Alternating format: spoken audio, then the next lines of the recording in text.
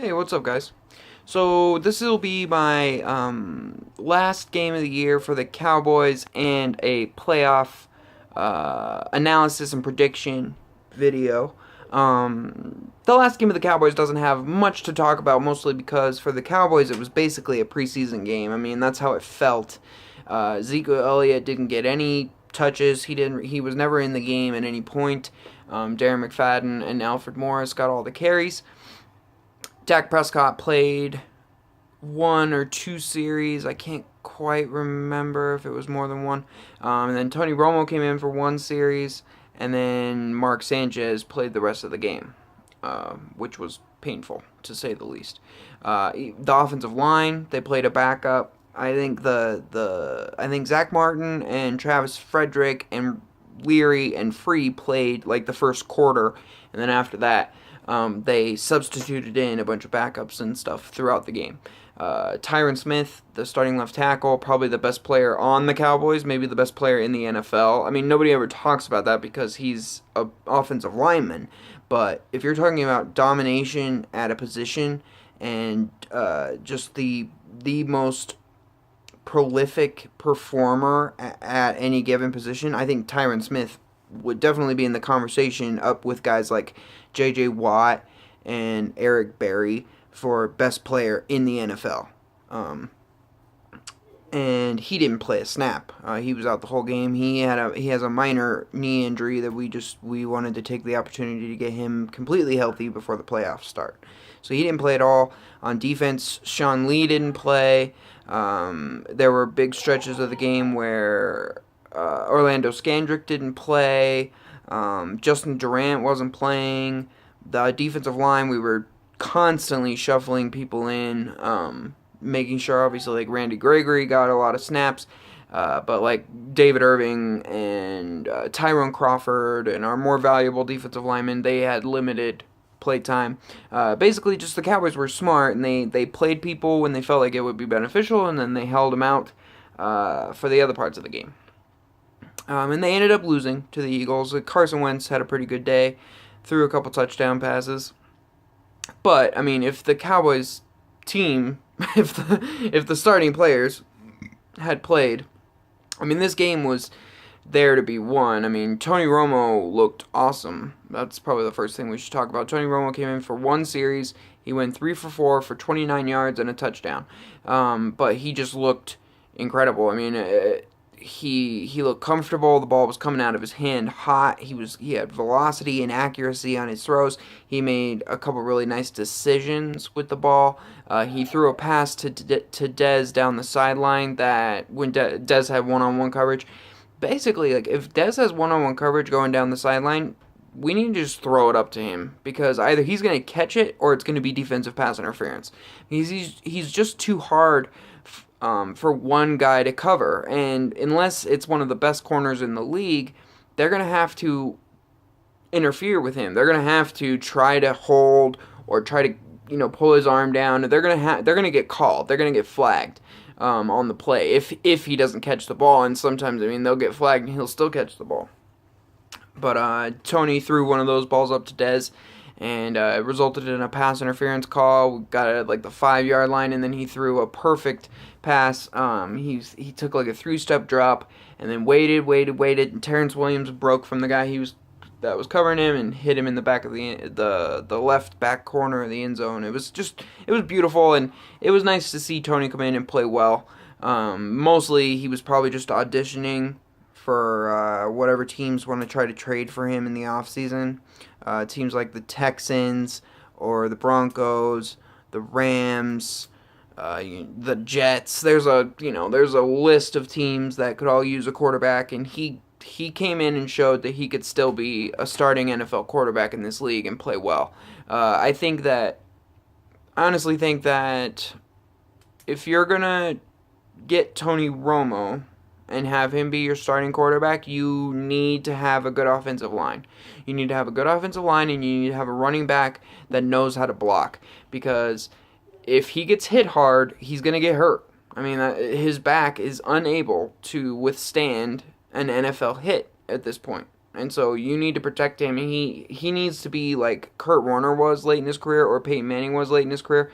As soon as he has pressure, just get down. If he can't get out of the way, just get down. And do not take a solid hit because you just don't know whether you're going to be able to get back up from it.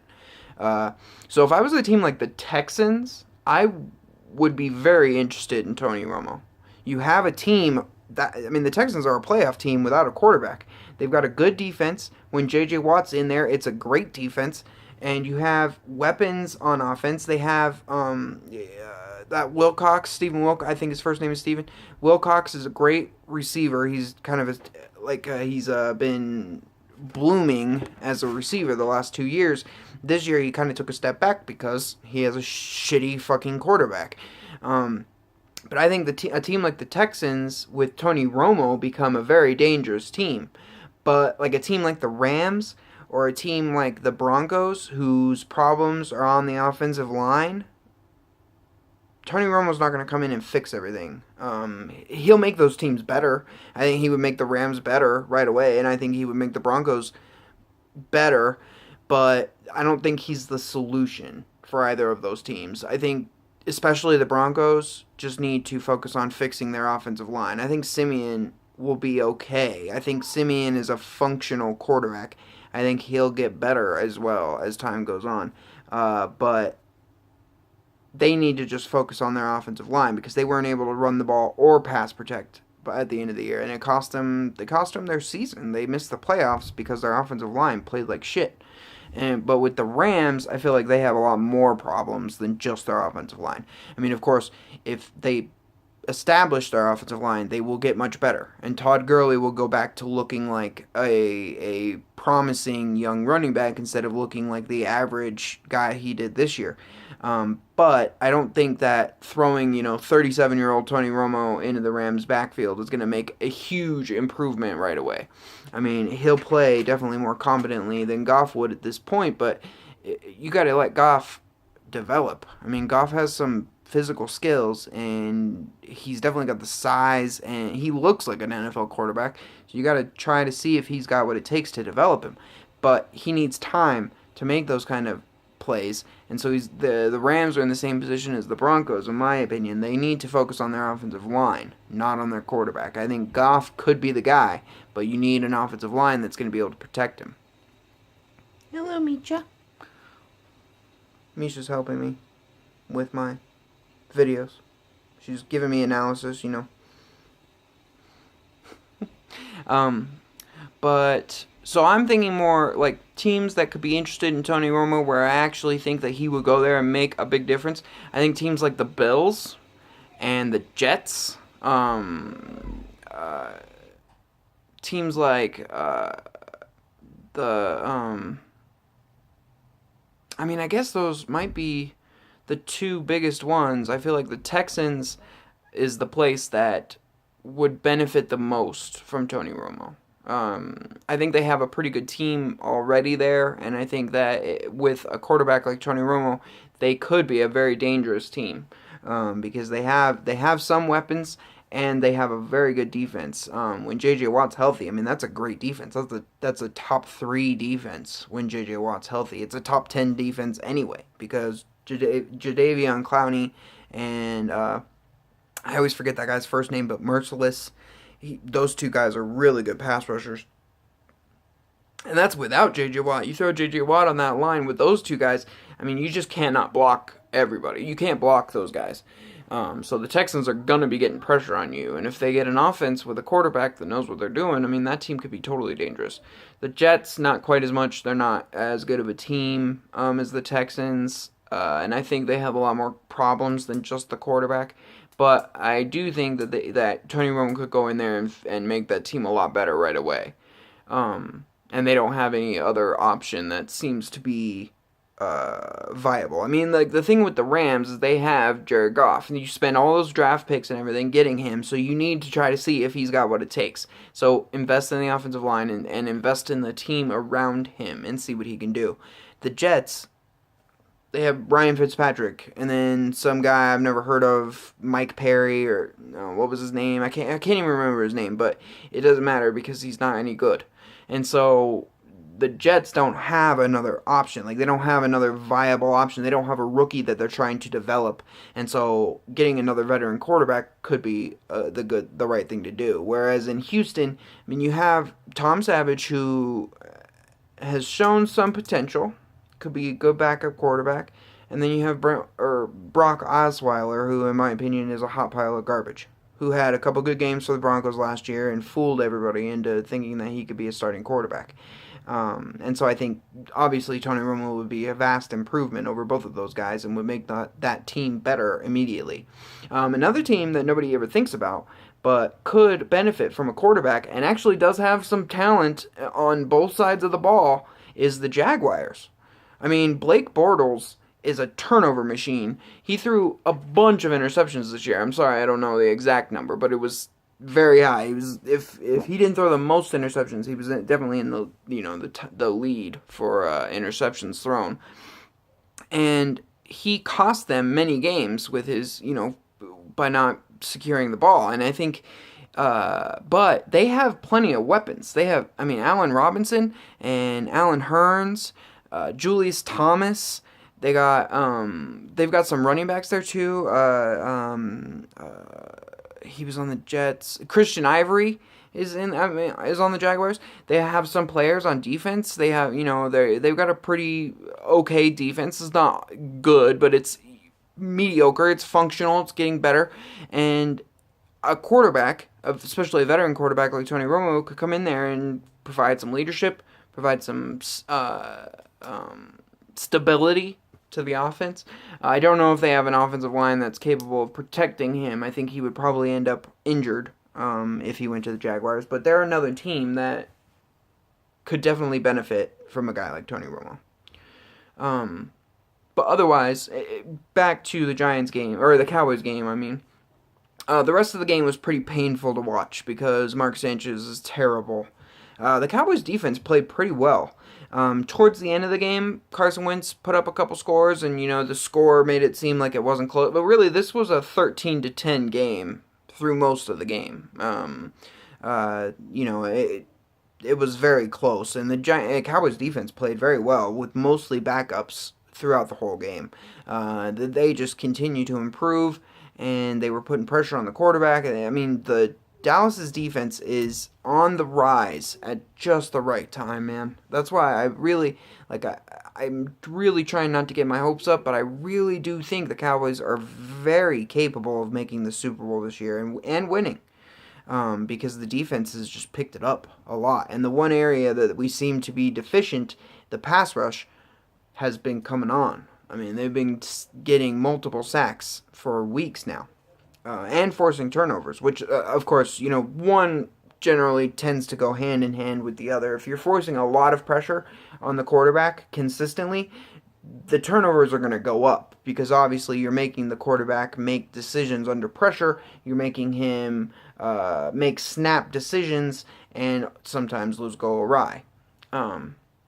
So I'm very happy with where the Cowboys defense is right now. They were playing very well. I love John Gruden's nickname for them, the UFOs. I think it fits them perfectly because if I talk to you about Malik Collins or DeMarcus Lawrence or David Irving, you guys don't know who those people are. Jack Crawford,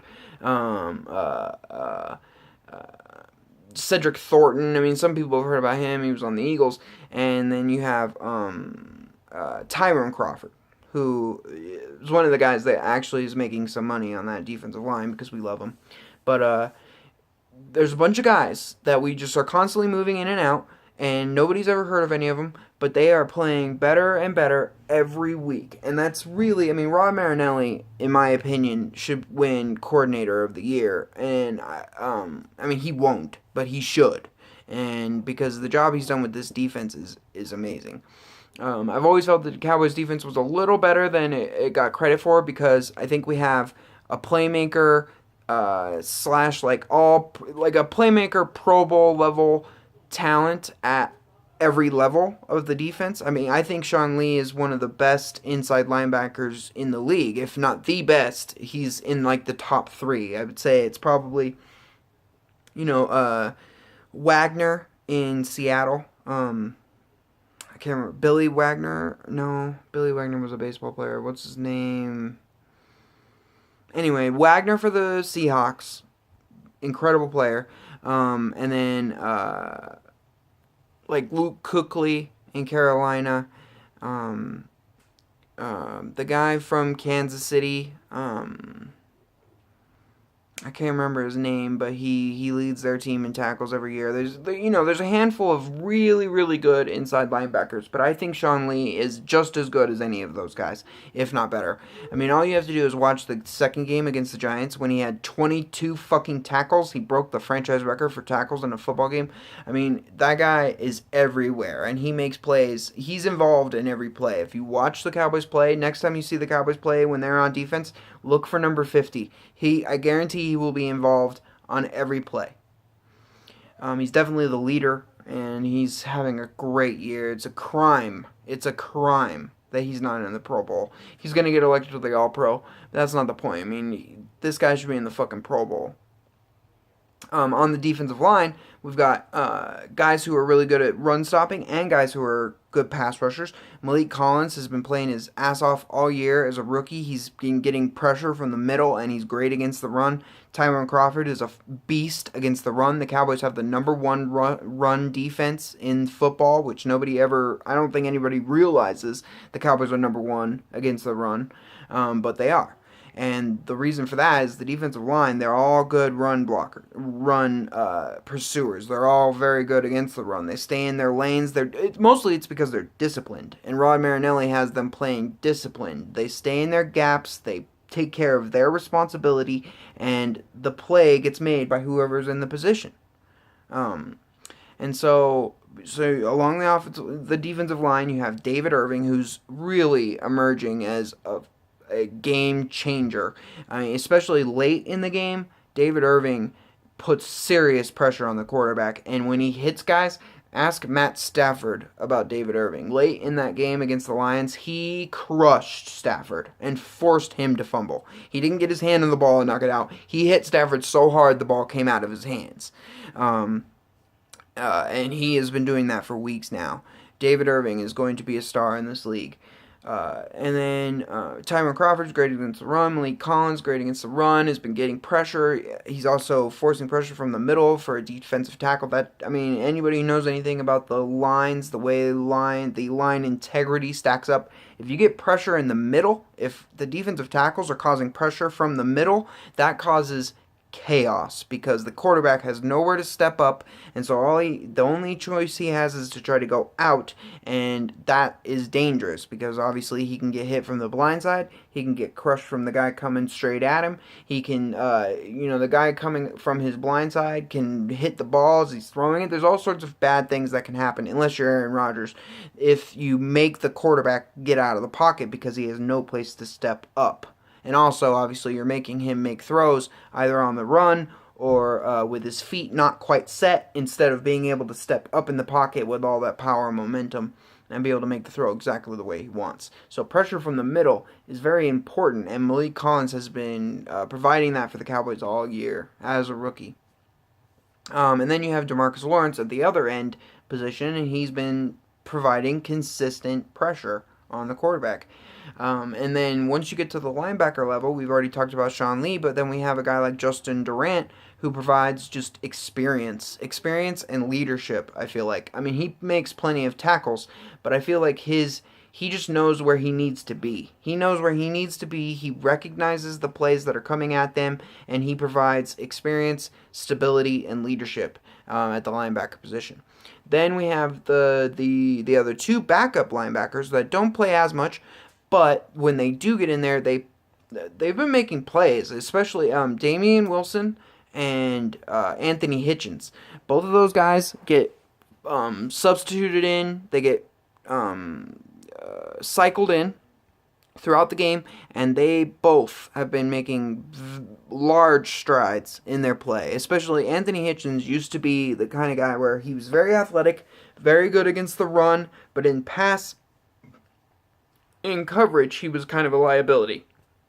In zone coverage, he wouldn't be in the right spot, and he would just allow all these dumb done plays to be completed in his area where he should have been guarding, and it seemed like he was kind of confused as to where he should be. But now he has been playing fast and loose, and it seems like he's just more comfortable in the defensive scheme.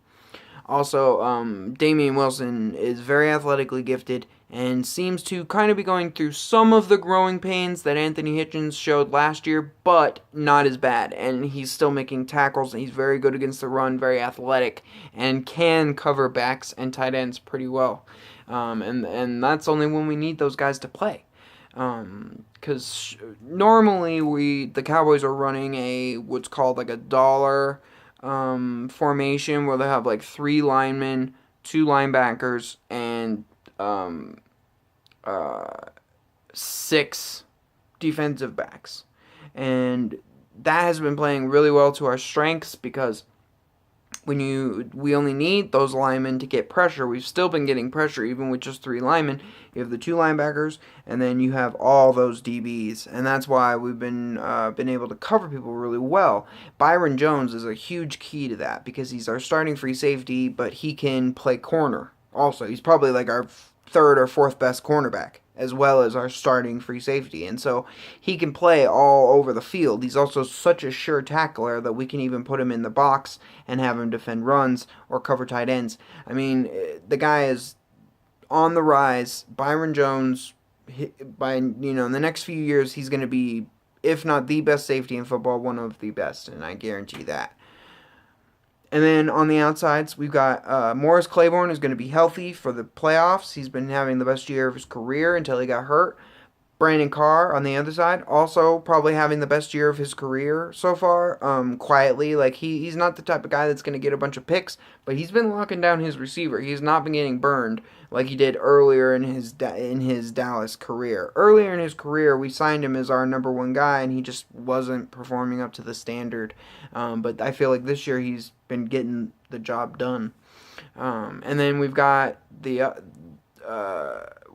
Anthony Brown, who is a rookie and has been playing great. He's stepped up huge, especially since Morris Claiborne got hurt, and he's been lining up against some really good receivers and holding his own. He's another sure tackler and is not afraid of stopping the run as well. And so I've been very, very happy with Anthony Brown. What a draft the Cowboys had this past year. I mean, if you think about it, they took Zeke. So Ezekiel Elliott in the first round. In the second round, they took Jalen Smith, who we haven't got to see play yet because he's still hurt. So he's not going to play until next year. But he's a very, very talented linebacker that they drafted from Notre Dame, who just happened to have a horrific injury. And so he's a first-round talent that fell to the second round, and hopefully he will pan out next year. And then in the third round, I want to say in the third round they took Anthony Brown. Because in the fourth round they took Dak Prescott. Yeah. So I think in the third round they took Anthony Brown. And so, like, all 4 of their top 4 picks, well, 3 of their 4 picks from the first to the fourth round are playing or starting and playing well for us, if not dominating the league. Like, Ezekiel Elliott is the rushing champion as a rookie. Dak Prescott led us to 13 victories as a rookie, as a fourth-round draft pick. I mean, just what a draft. What a draft the Cowboys had, and what a draft they've had for the past 4 or 5 years. I mean, Stephen Jones is the reason that the Cowboys are a playoff team now. If you're a Cowboys fan, you need to really appreciate Stephen Jones, because he's finally taken control of the organization. He's finally told his dad, when his dad is being ridiculous or wanting to make some ridiculous decision, he's been stepping in and saying no. Jerry Jones wanted Johnny Manziel for the Cowboys. He wanted to draft him. He would have, but Stephen Jones said no. And instead they drafted Zach Martin, who is the best right guard in football now. And it's just, since Stephen Jones took over the draft picks, in the first round we have drafted Dez Bryant, Pro Bowler, game changer. Tyron Smith, Pro Bowler, game changer. Travis Frederick, Pro Bowler, game changer. Zach Martin, Pro Bowler, game changer.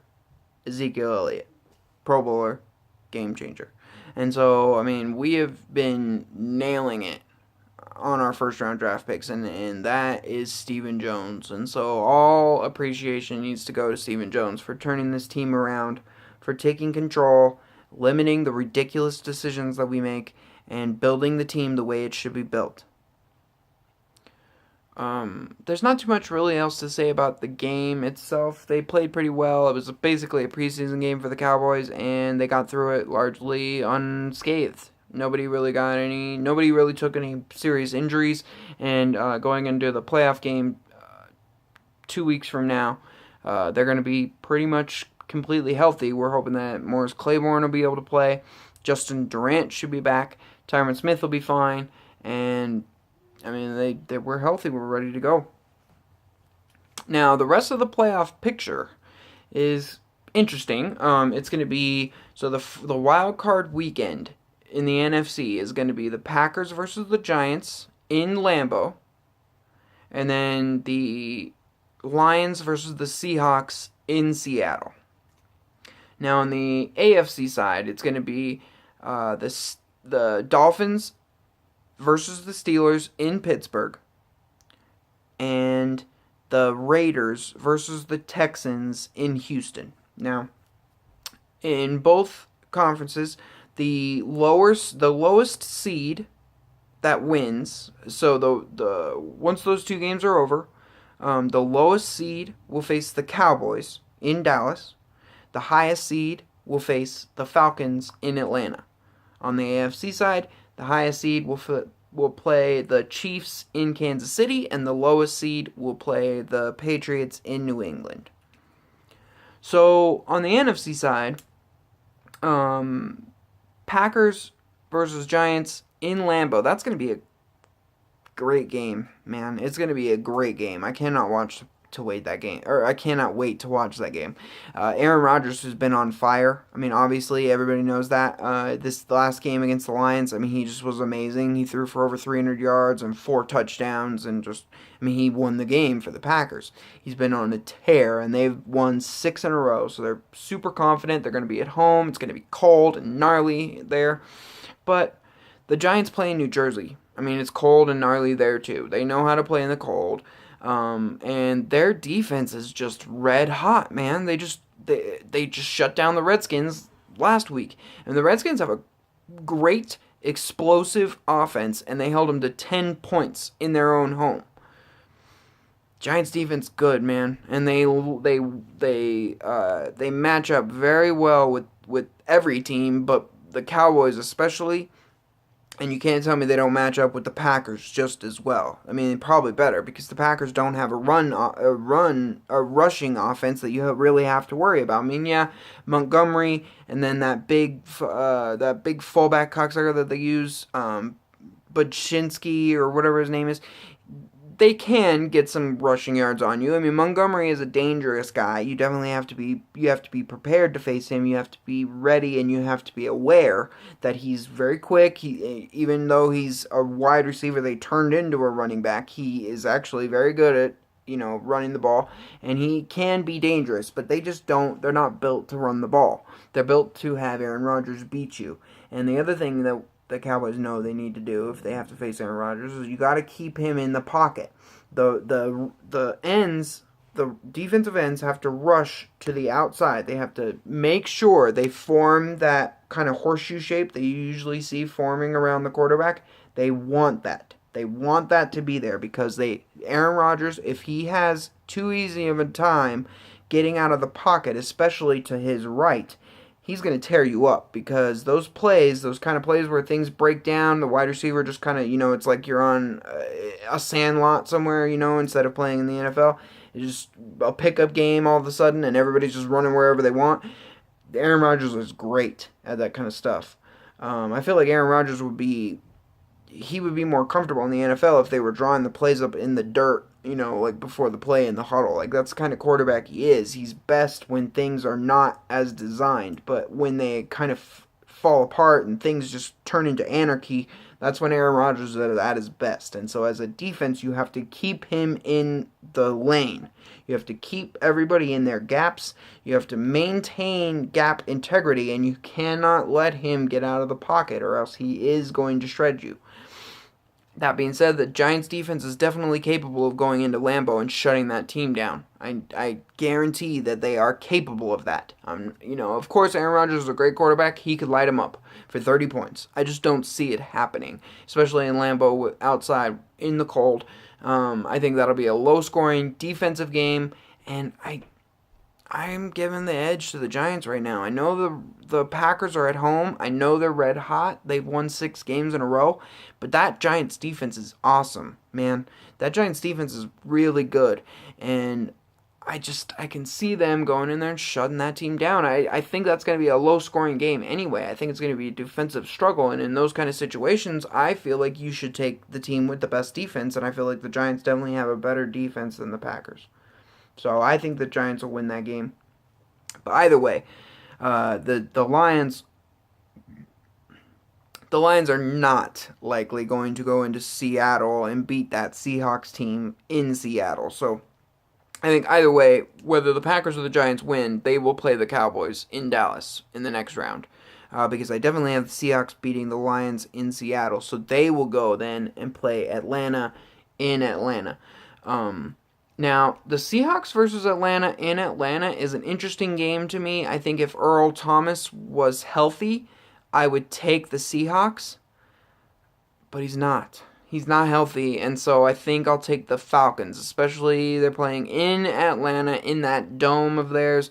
Their offense is, everybody says it's basically impossible to stop. Obviously, no offense is impossible to stop, but that offense is pretty close, man. They're pretty close to being unstoppable, and so especially in Atlanta. So, with no Earl Thomas, an inconsistent offense, I think the Falcons will probably win that game. But, the Seahawks definitely have a chance, and if Earl Thomas were healthy, I would actually take the Seahawks to win that game. So now, I think the Cowboys will beat whichever, and I really am trying to be unbiased in these things. I try to be fair with my opinions, even when I'm not doing something like this, like making a video. I try to look at everything from every aspect and make sure that I'm not just being biased or just being a fan. But I do think that the Cowboys will beat either the Packers or the Giants. Whoever comes out of that game, I don't think they'll be able to. First of all, I don't think the Giants will be able to beat the Cowboys for a third time. That's very difficult to do. They're the only team that's beaten the Cowboys all year, besides this last game with the Eagles. It doesn't really count. But it's very, very difficult to beat a team for the third time, especially since they're rivals and we know each other so well. It's very difficult for one team to win all 3 games. And then also, the first 2 games were super close. The first game was decided by a point. The second game was decided by 3 points. It was basically 1 big play in the second game and 2 drop touchdown passes in the first game. The Cowboys dropped 2 touchdown passes, and they were still in a position to win if Terrence Williams had just got out of bounds. In the second game, it was 1 big play to Odell Beckham in a game where neither team could get any